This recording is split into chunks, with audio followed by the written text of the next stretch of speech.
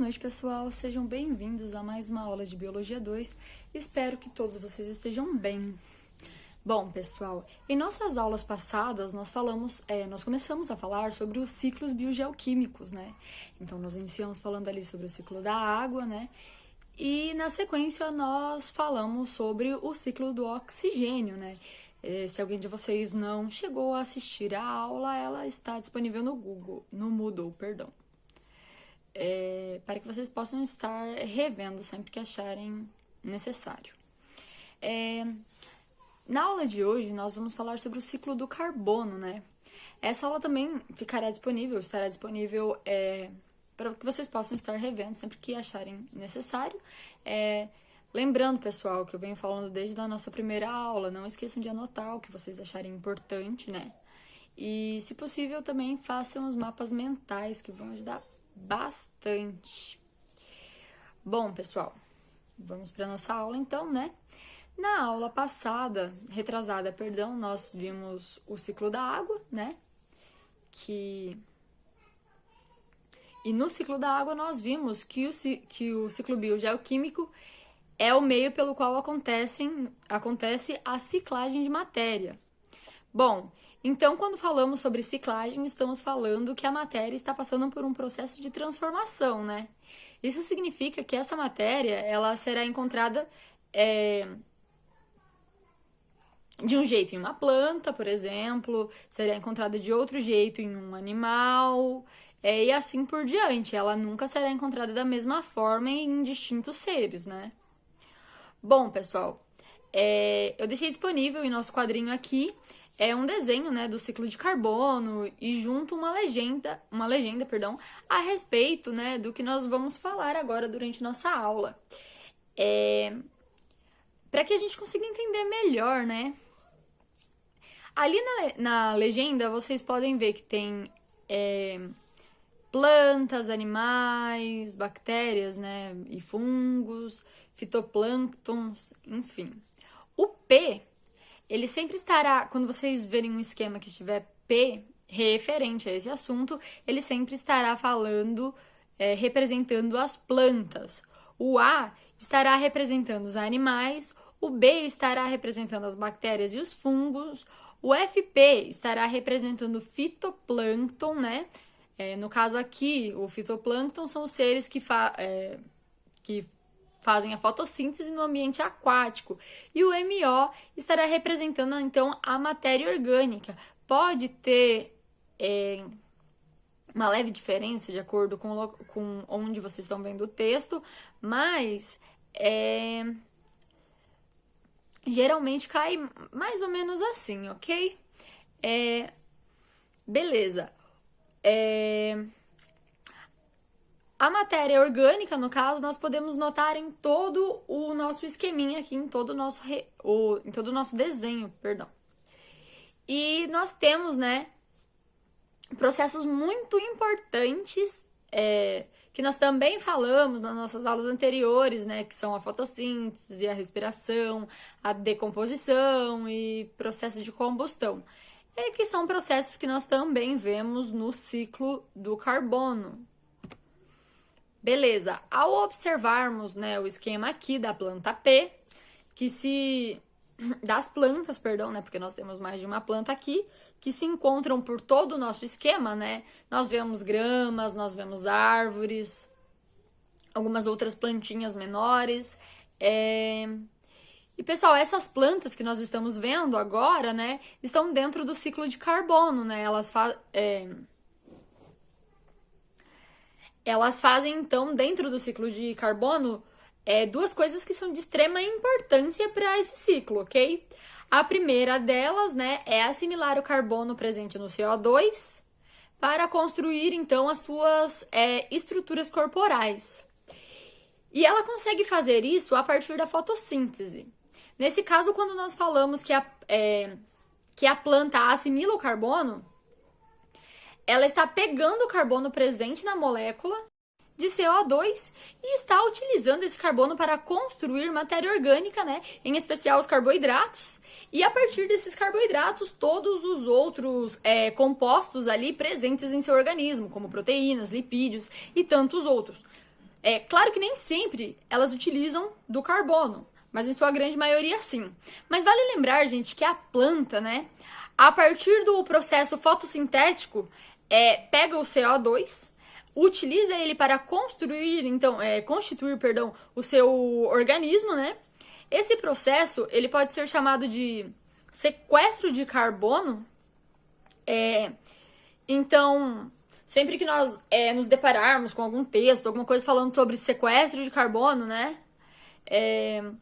Nós saberemos, então, que ali existe um ser fotossintetizante, né? Um ser autótrofo, que está capturando o CO2 da atmosfera e utilizando ele para formar o seu organismo, enfim.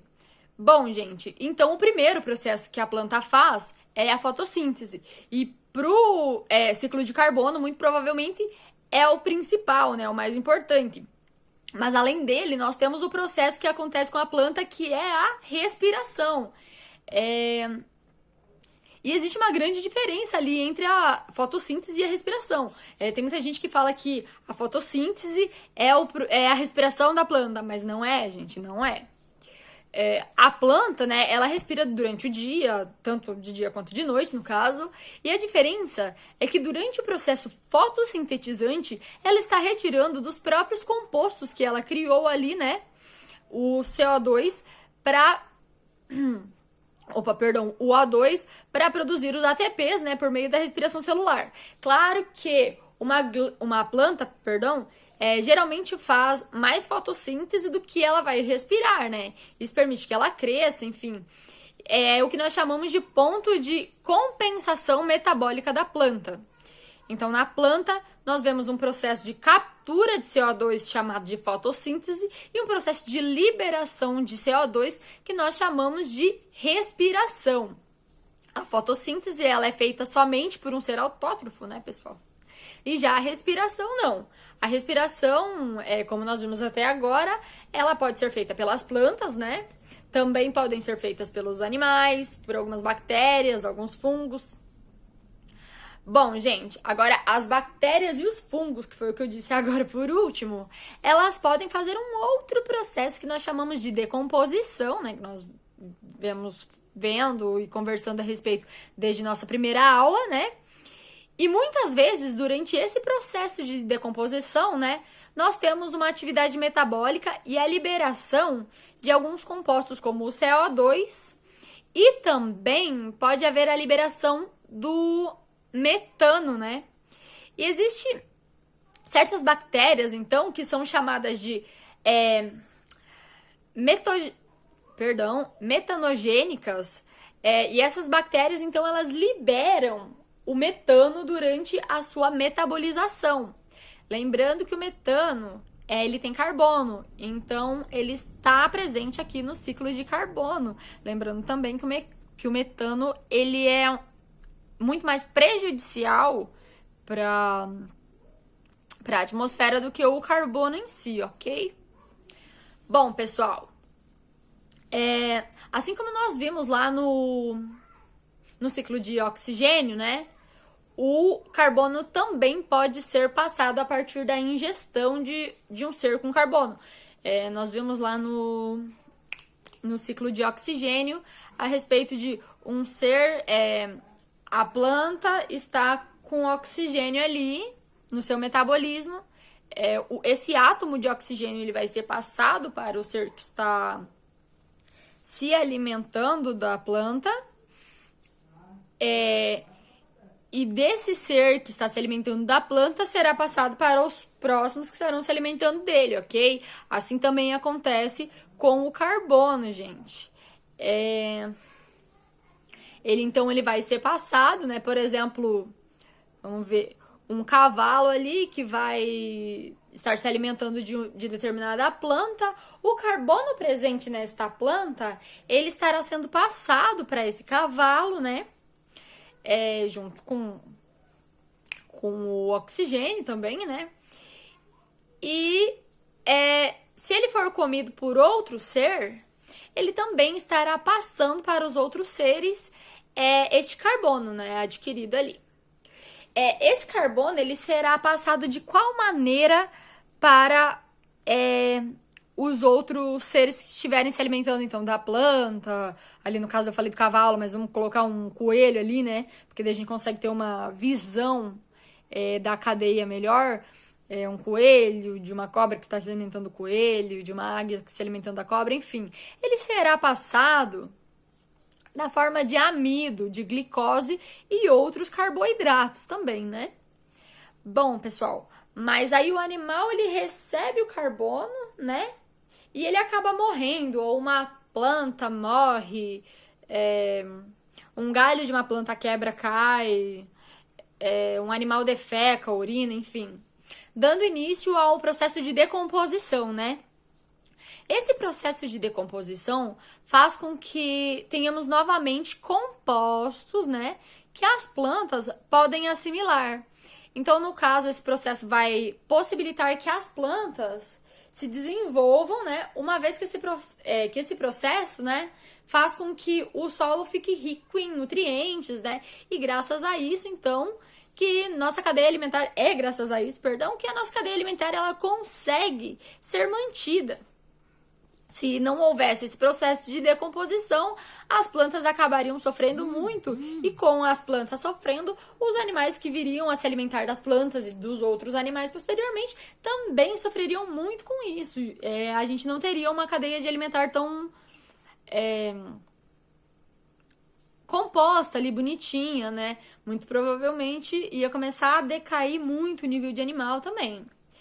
Bom, gente, mas existe, então, uma condição onde nós temos a matéria orgânica de uma forma decomposta, né? Que é esse ciclo. E nós temos também a condição onde nós encontramos essa matéria não decomposta. Que eu acredito que vocês já estejam pensando mais ou menos como que é. Isso se dá quando? Quando ela está livre da presença de oxigênio, de bactérias, ou fungos decompositores, enfim, né? Então, nós conseguimos manter, se essa planta estiver longe de agentes decompositores, oxigênio e tudo, essa planta ela consegue se manter, né? Como é o caso do material que fica soterrado, ou nós temos outros, como que é? Soterrados em argila ou terra, sem agentes decompositores e sem sofrer muito dano devido a fatores climáticos, enfim, todos os outros. Eles estão ali guardados, longe da ação de qualquer, tanto de ação biótica ou abiótica, perdão, gente. Então, ao longo de milhões, bilhões de anos, essa matéria orgânica pode sofrer uma transformação, né? Que é o caso das árvores ou de matéria de animais, como, por exemplo, os dinossauros, né? Que foram ali, que formando, no caso, com o passar do tempo, né? Que eles ficaram lá soterrados, sem agentes decompositores e climáticos, enfim, ações climáticas, no caso, foram se transformando em petróleo, né, gente? Bom, agora nós vamos falar sobre a atmosfera há alguns bilhões de anos atrás. Na verdade, esse é um assunto que nós vamos falar lá na origem da vida, mas agora nós vamos bater um pouquinho só por quê? Porque o carbono, ele está ligado diretamente a esse assunto, né? Há bilhões de anos atrás, há milhões de anos atrás, lá no passado, nós tínhamos muito mais CO2 do que nós temos hoje na atmosfera. Mas também, né, nesse período, nós não tínhamos seres fotossintetizantes. O que acontece é que esses seres, eles foram se adaptando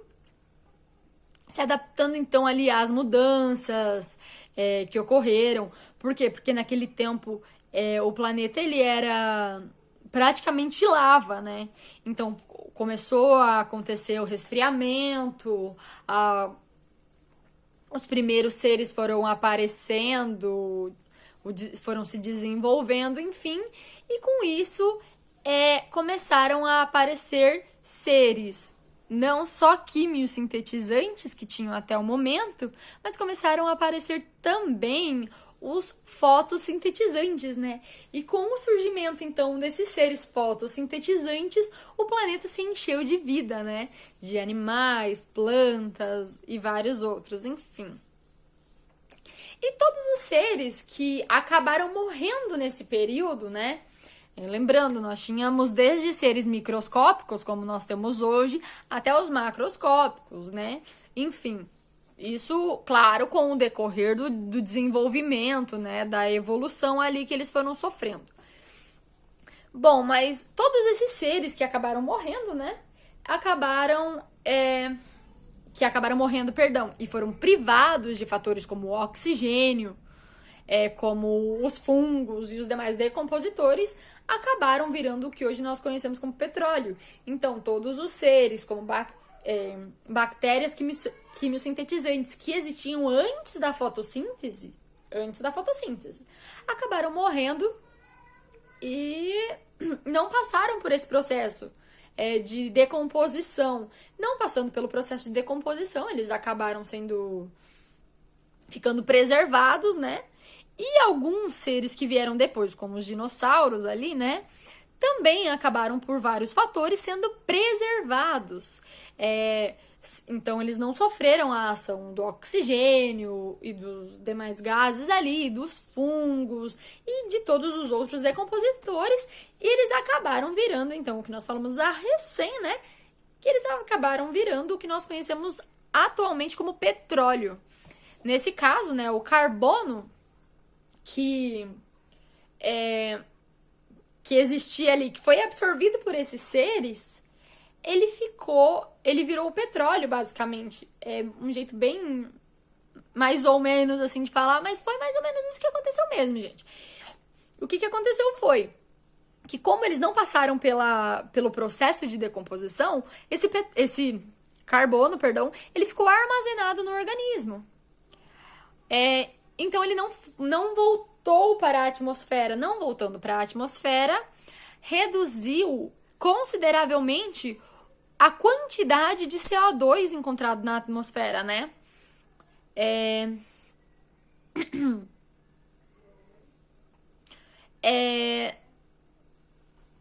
Gente, então assim, com isso, a atmosfera ela foi mudando, né?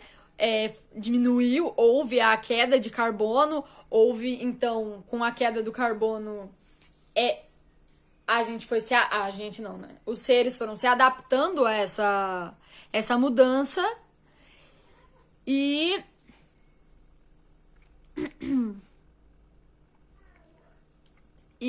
nós fomos chegando mais perto do cenário que nós temos hoje, né? Que nós vemos hoje. Só que o que acontece? Todo esse gás que ficou armazenado, então, em forma de petróleo, né? Que levou milhões de anos para conseguir ocorrer essa transformação e virar petróleo, está sendo agora tirado, transformado em combustível, né? Oriundo do petróleo, né? E nós estamos novamente liberando esse CO2 para a atmosfera, né? Todo esse CO2, que ficou lá embaixo do solo ou dos mares por milhões de anos, hoje estão sendo devolvidos para a atmosfera, né? A partir da queima de gasolina, de diesel e outros combustíveis que vêm do petróleo. Beleza? Nós estamos, então, devolvendo o carbono, né, que esteve presente na atmosfera há milhões de anos atrás, né, e que ficaram fora da atmosfera também num período de milhões de anos. Então, assim, gente, a quantidade de carbono hoje é muito baixa, perto do que era antes. E perto da quantidade de tantos outros gases que existem na atmosfera, beleza? A quantidade de carbono hoje presente na atmosfera é menor que 1% de toda a atmosfera, né? O que acontece é que ao nós liberarmos, então, esses combustíveis, né? No caso, essa quantidade de CO2 vai aumentando, né? Então, nós estaremos contribuindo diretamente com o aquecimento global, né? e vários outros problemas ambientais. Hoje, no cenário atual, nós já vemos algumas modificações, algumas outras possibilidades que a gente não tinha antes, né? Como carros elétricos, não sei o que lá, uma motosserra elétrica que já não utiliza mais do combustível. A gente consegue encontrar algumas coisinhas, alguns instrumentos da evolução que já não são mais, que já não utilizam tanta matéria oriunda do petróleo. Porém, nós utilizamos o petróleo em grande quantidade.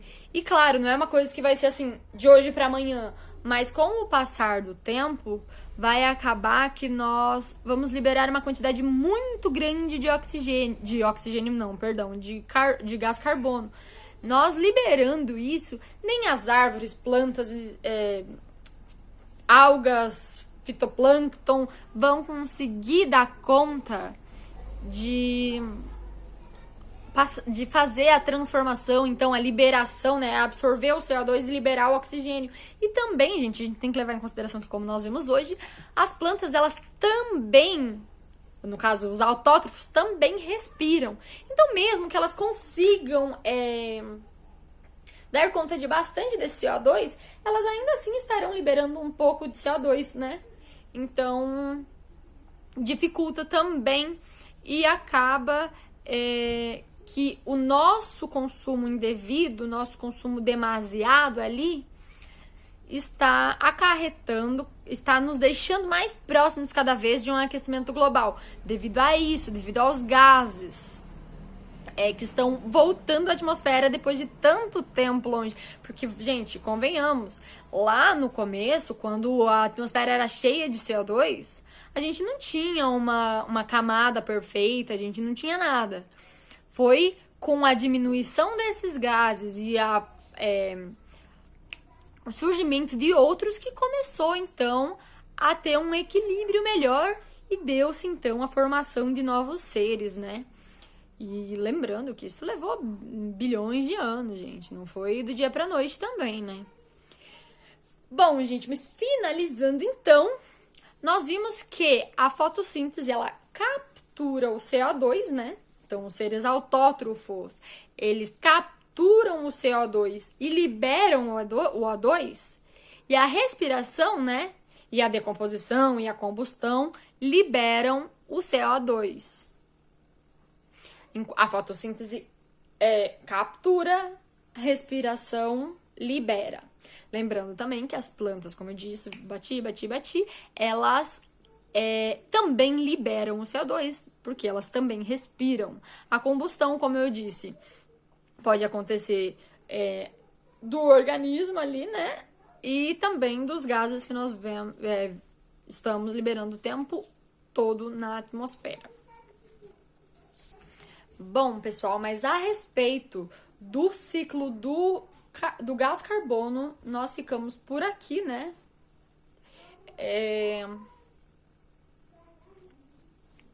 Agradeço a todos, então, a presença e espero revê-los em nossa próxima aula.